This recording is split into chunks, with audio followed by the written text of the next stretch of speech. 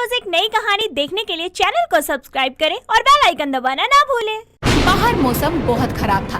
दोनों सहेलियां गप्पे लड़ाते हुए चाय पकोड़े खा रही थी। तभी रीना बोलती है, ओए शिवानी, मार्केट चलना यार, मुझे नई ड्रेस लेनी है। तू पागल है क्या? बाहर का मौसम देख रही है कितना खराब है। मार्केट वाले भी चले गए होंगे। चल कोई नहीं, एक काम कर, फिर मॉल चल लेते हैं, वहाँ तो अंदर जा सकते हैं। अबे तू पागल हो गई है क्या? मेरा मन नहीं है, और अभी बारिश हो गई तो कीचड़ में मेरे बस की नहीं है सामान लेकर आना जाना। तो फिर क्या करूँ यार, तेरी वजह से मैं अपना सामान भी नहीं लूँ क्या? ले आ, तुझे थोड़ी मना किया है शॉपिंग करने से। बेटा टेक्नोलॉजी बढ़ गई है, वो कब काम आएगी? मतलब ये कि बुद्धू, हम ऑनलाइन शॉपिंग भी तो कर सकते हैं। बाहर ना जाकर डिलीवरी बॉय हमारे घर तक खुद हमें सामान देने आ जाएगा। अच्छा ऐसा भी है क्या? लेकिन अगर कुछ खराब लगा तो, या फिर वापस करना हो तो?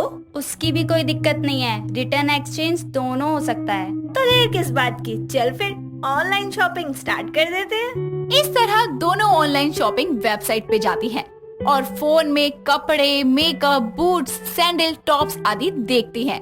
तभी रीना को एक वेस्टर्न ड्रेस बहुत पसंद आती है, जिसके बाद वो शिवानी से बोलती है, शिवानी यार, ये ड्रेस मुझे बहुत पसंद आ रही है, ये वाली मंगवा दे। मुझे बता और क्या क्या ऑर्डर कर सकते हैं हम? डोंट वरी रीना, मैं तुम्हें सब सिखा दूंगी। कल तक तुम खुद ऑनलाइन शॉपिंग करोगी फिर। चलो और बताओ, ये वाला टॉप कैसा है? इसमें तुम प्यारी लगोगी, और इसके साथ मैचिंग की ये माला कैसी रहेगी?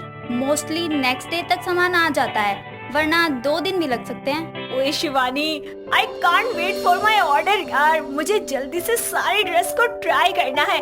और वैसे हमारा काफी टाइम बच गया ना। आमतौर पर हम बाहर जाते, 2-4 घंटे वहाँ पर मगजमारी करते, प्लस किराया लगाते, प्लस भूख लगती, फिर कुछ बाहर से खाते, प्लस हम थक भी जाते। टोटल मिला के सब कुछ घर पर ही हो गया। इसलिए तो यही फायदा है ऑनलाइन शॉपिंग में, टाइम पैसा बचता है क्योंकि सस्ता भी मिल जाता है। अच्छा मुझे बहुत टाइम हो गया, अब मैं चलती हूँ। डिलीवरी बॉय को मैंने यहीं का पता दिया है, जब आए ना तो सामान चेक कर लियो, और हाँ डिलीवरी चार्जेस मत दियो। ओके, इतनी जल्दी क्यों जा रही है पर? अरे यार मॉम का कॉल आ गया है। ऐसा बोलकर शिवानी चली जाती है और रीना अपनी खुली आंखों से सपने देखती है कि जब वो ड्रेस आएगी तो वो उसको खूब एंजॉय करके सबको दिखाएगी। अगले दिन डिलीवरी बॉय रीना को कॉल करके एड्रेस कंफर्म करता है और थोड़ी देर बाद में वो उसे पार्सल देकर चला जाता है। खुश होते हुए रीना अपने रूम में आती है और सारे पार्सल्स खोल के देखती है। वाओ, मेरी नई ड्रेस आ गई। अरे यार, ये तो कितनी खूबसूरत है, जल्दी से पहन कर देखती हूँ। और ये क्या, इयररिंग्स भी? अरे वाह, अब तो मैं सारा सामान ऑनलाइन ही मंगवाया करूँगी। जल्दी से इसे पहन कर क्लब जाती हूँ। शाम को रीना क्लब में ये ड्रेस पहन के जाती है, जहाँ ये ड्रेस पहनकर वो बहुत सुंदर लग रही थी। क्लब के सभी लोग बस उसे देख रहे थे। फिर शॉट्स पीने के बाद में वो डांस करने लगती है। डांस करते वक्त उसका पैर स्लिप हो जाता है और वो गिरने ही वाली होती है कि एक जस्सी नाम का लड़का आकर उसे अपनी बाहों में थाम लेता है, और उस वक्त दोनों के नैन चार होते हैं। और ये देखकर जस्सी बोलता है, आंखें तेरी कितनी हंसी कि इनका आशिक मैं बन गया हूँ, मुझको बसा ले इनमें तू। इतनी भी क्या जल्दी है आपको? अभी तो सिर्फ टकराए हैं। कोई नहीं, अब मौका देंगी तो मुलाकातें भी बढ़ा लेंगे।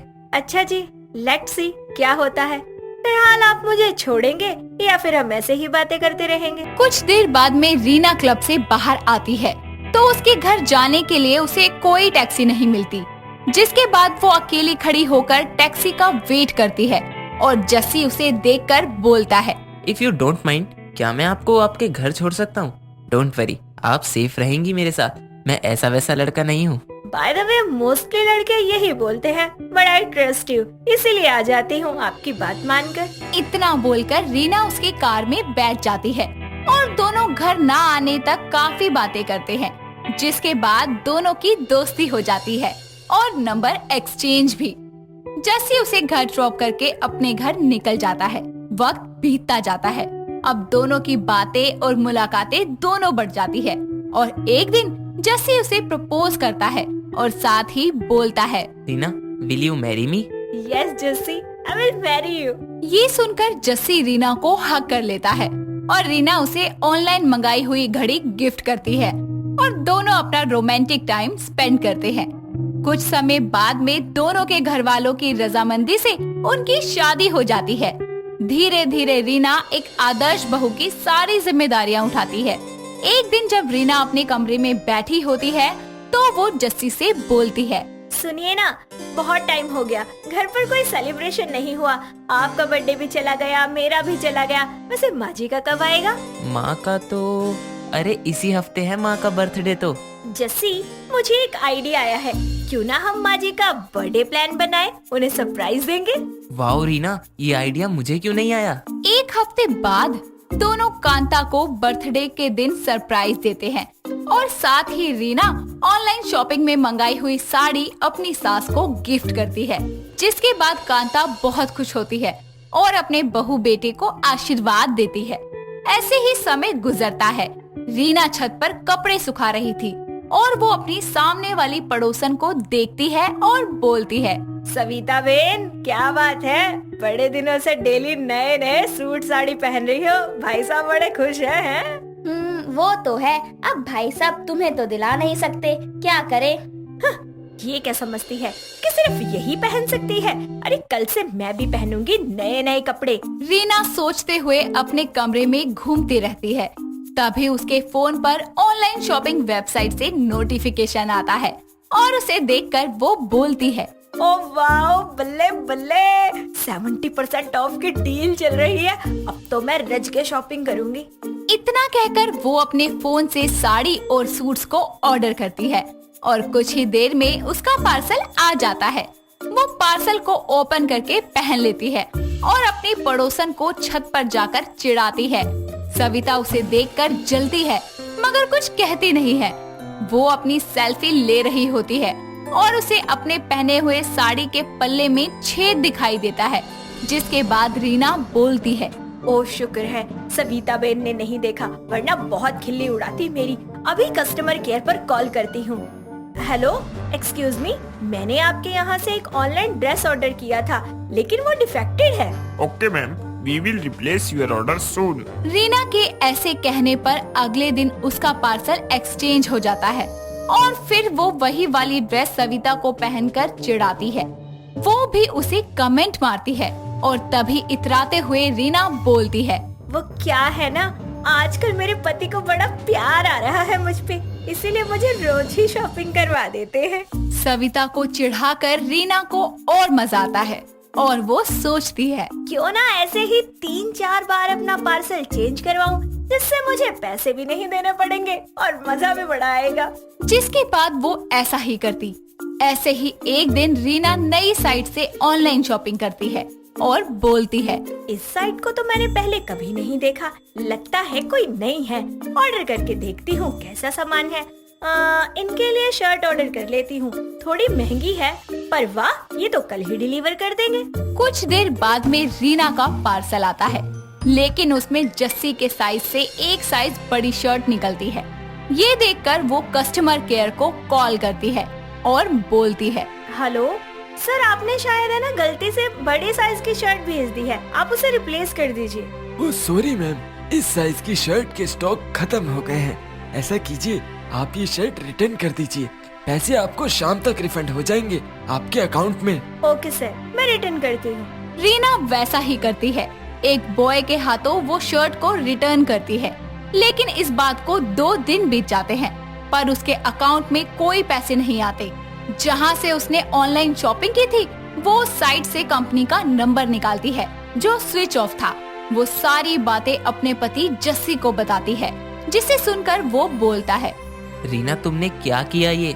वो एक फ्रॉड साइट थी, स्कैम था जिसमें तुम फंस गई। अब वो पैसे कभी रिफंड नहीं आएंगे, भूल जाओ उनको। इतना समझाया है लेकिन तुम समझती ही नहीं हो। जस्सी की बात सुनकर उसको सब समझ आता है और उसे अपनी गलती का पछतावा होता है, जिसके बाद वो ऑनलाइन शॉपिंग करना कम कर देती है।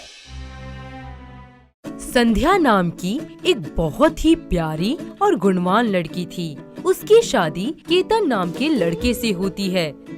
उसके ससुराल में संध्या हमेशा से ही सबका खूब ध्यान रखती है।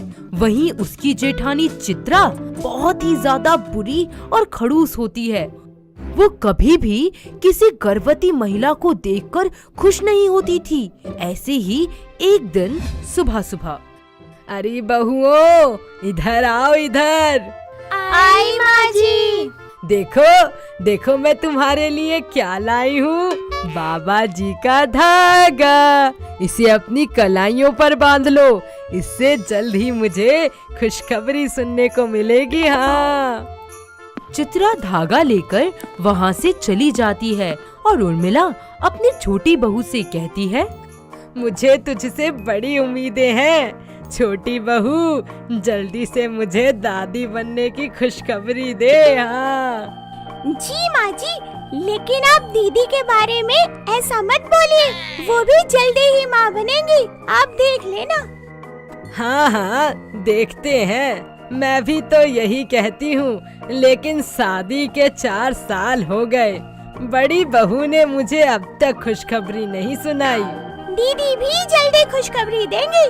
अरे बहू, भगवान करे जैसा तू कह रही है वैसा ही हो। ऐसे ही कुछ महीने बीत जाते हैं और दोनों बहुओं में से कोई भी खुशखबरी नहीं सुना पाती। फिर थोड़े ही दिनों बाद संध्या प्रेग्नेंट हो जाती है। वो ये खुशखबरी जैसे ही अपनी जेठानी को बताती, वो गुस्से से तिलमिला जाती पर कुछ नहीं कहती। वहीं उसकी सास उर्मिला के तो मानो जमीन पर पैर ही नहीं लगते। पूरे घर में खुशियों की लहर उमड़ जाती है। चित्रा को ये सब देखकर बहुत जलन महसूस होती है। ऐसे ही एक दिन उर्मिला अपनी बड़ी बहू को बोलती है, बड़ी बहू सुन तो जरा। हाँ माँ जी, अब क्या काम है आपको मुझसे? देख, छोटी बहू प्रेग्नेंट है, उसका और उसकी हर जरूरत का ख्याल रखना अब तेरी जिम्मेदारी है। उसे किसी भी चीज की कमी नहीं होने देना, ठीक है ना बहू? अरे मैं क्यों करूँ ये सारे काम? दादी तो आप बनने वाली है, तो आप ही रखो ना फिर उसका ध्यान। अरे तू ध्यान नहीं रखेगी तो क्या करेगी? तू खुद तो माँ बन नहीं पाई, कम से कम किसी को बनते देख ही खुश हो जा। अरे ओ करमजली, जाके गाजर का हलवा बना और संध्या बहू को दे दे। ज्यादा मुझसे जुबान ना चला। हाँ ठीक है, दे देती हूँ। चित्रा गुस्से में तिलमिलाती हुई वहाँ से चली जाती है और अपने कमरे में बैठकर मन ही मन सोचती है, कोई मेरा ख्याल तो रखता ही नहीं है। किसी को मेरे होने ना होने से कोई फर्क नहीं पड़ता, सब बस उस संध्या के ही पीछे पड़े रहते हैं। अपनी नफरत और जलन के चलते चित्रा अपनी देवरानी के बच्चे को मारने की साजिश रचती है। ऐसे ही एक दिन उर्मिला किचन में संध्या के लिए कुछ बना रही होती है। तभी वहाँ चित्रा आ जाती है और संध्या का खाना देख उसके दिमाग में एक तरकीब आती है। दीजिए माँ जी, मैं बना देती हूँ। क्या तू बनाएगी? अरे तुझ में इतनी अकल कहाँ से आ गई? बस माँ जी, मुझे लगा जो बच्चा होगा वो मुझे भी तो बड़ी मम्मी कहकर ही बुलाएगा ना, एक तरीके से तो मैं भी माँ बन जाऊंगी। अच्छा ठीक है, कर ले तू ये काम। हाँ माँ जी, मुझे दीजिए, मैं लेकर जाती हूँ। लो मेरी प्यारी बहन, आज मैं तुम्हारे लिए अपने हाथों से खाना बना कर लाई हूँ। अरे दीदी, आप क्यों ले आई ये सब? खाओ ना और बताओ मुझे जल्दी। बिल्कुल दीदी, अभी खाकर बताती हूँ। दिल खुश कर दिया आपने तो। खाओ और लो स्वाद। जो जहर डाला है ना इसमें, वो तेरे बच्चे को मार देगा। अरे दीदी, कहाँ खो गई आप? कहीं नहीं। अच्छा तुम आराम करो, मेरा काम तो हो गया। संध्या खाना खाकर सो जाती है। कुछ घंटों बाद जब वो उठती है तो देखती है कि उसके पेट में कोई हलचल ही नहीं हो रही। वो जोर से चिल्लाती है और रोने लगती है। उर्मिला उसे जल्दी से हॉस्पिटल ले जाती है, जहाँ पता चलता है कि संध्या का बच्चा मर चुका है। उसकी सास उर्मिला को अपनी बड़ी बहू पर शक होने लगता है, पर वो उसे कुछ नहीं कहती। वहीं चित्रा ये सब करने के बाद बहुत खुश होती है। कुछ वक्त यूं ही बीत जाता है। संध्या फिर से प्रेग्नेंट हो जाती है। इस बात को सुन के चित्रा का गुस्सा 7वें आसमान पर चढ़ जाता है और फिर एक दिन वो फिर से संध्या के बच्चे को मारने का षड्यंत्र रचती है। ऐसे ही एक शाम, अरे ओ बहू, ये मेवे वाली खीर ले जा और छोटी बहू को दे दे। ये तो बहुत अच्छी बात हुई। अब फिर से इस खाने में जहर मिला दूंगी, जैसे पहले मिलाया था। पहले भी उसका बच्चा मरा था और इस बार भी मरेगा। अरे सोच क्या रही है, ले जाना। हाँ हाँ माँ जी, क्यों नहीं, जरूर ले जाऊंगी। चित्रा खीर लेकर अपने कमरे में जाती है और अलमारी से एक जहर की बोतल निकालकर उसके खाने में डाल देती है। क्योंकि उसकी सास को पहले से ही अपनी बड़ी बहू पर शक था, तो वो चुपके से उसके पीछे जाती है और सब देख लेती है। उसके पैरों तले की जमीन ही खिसक जाती है। वो चित्रा के पास जाती है और उसे खिंचा के एक थप्पड़ लगा देती है। तभी वहाँ उसकी देवरानी संध्या भी आ जाती है। उसकी सास उसे सारी बात बताती है कि किस तरह उसने चित्रा को ये सब करते हुए रंगे हाथों पकड़ा है। देखा छोटी बहू, मैं ना कहती थी इसी ने तेरे बच्चे को गिराया है। ये आज भी तेरे बच्चे को गिराने जा रही थी। देख तो कितनी बुरी है ये।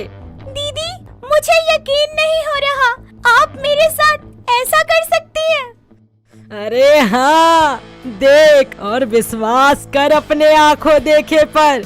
जिसे तू बहन मानती थी वो तो डायन निकली, जो तेरे बच्चे को निकल गई। हाँ दीदी, आपने मेरे साथ ऐसा क्यों किया?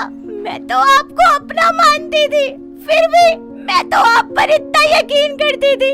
आपने मेरा यकीन क्यों तोड़ दिया? अरे नहीं नहीं माँ जी, आप मुझे गलत समझ रही हैं। ये तो गंगा जल है। बस दीदी, और कितना झूठ बोलेंगी आप? सारा सच सामने आ चुका है। झूठ बोलने का कोई फायदा नहीं है अब। बहू, तू चिंता मत कर, मैंने पुलिस को बुला लिया है। थोड़ी देर में आ जाएगी और इस कलमुही को यहाँ से ले जाएगी।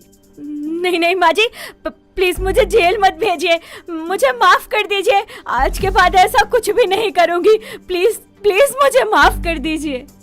उर्मिला और संध्या चित्रा को माफ नहीं करती और थोड़ी ही देर में पुलिस भी वहां आ जाती है और चित्रा को गिरफ्तार कर लेती है। कुछ समय बाद संध्या एक प्यारी सी बेटी को जन्म देती है और चित्रा जेल में चक्की पीसती है। इसलिए कहते हैं दोस्तों, कभी किसी का बुरा मत सोचो, एक दिन तुम्हारे साथ भी बुरा हो सकता है। अच्छा करोगे तो अच्छा ही होगा। अगर आपको ये वीडियो पसंद आया हो तो इसे लाइक कीजिए, चैनल सब्सक्राइब कीजिए और कमेंट करके बताइए कि भविष्य में आप कौन सी कहानी देखना पसंद करेंगे।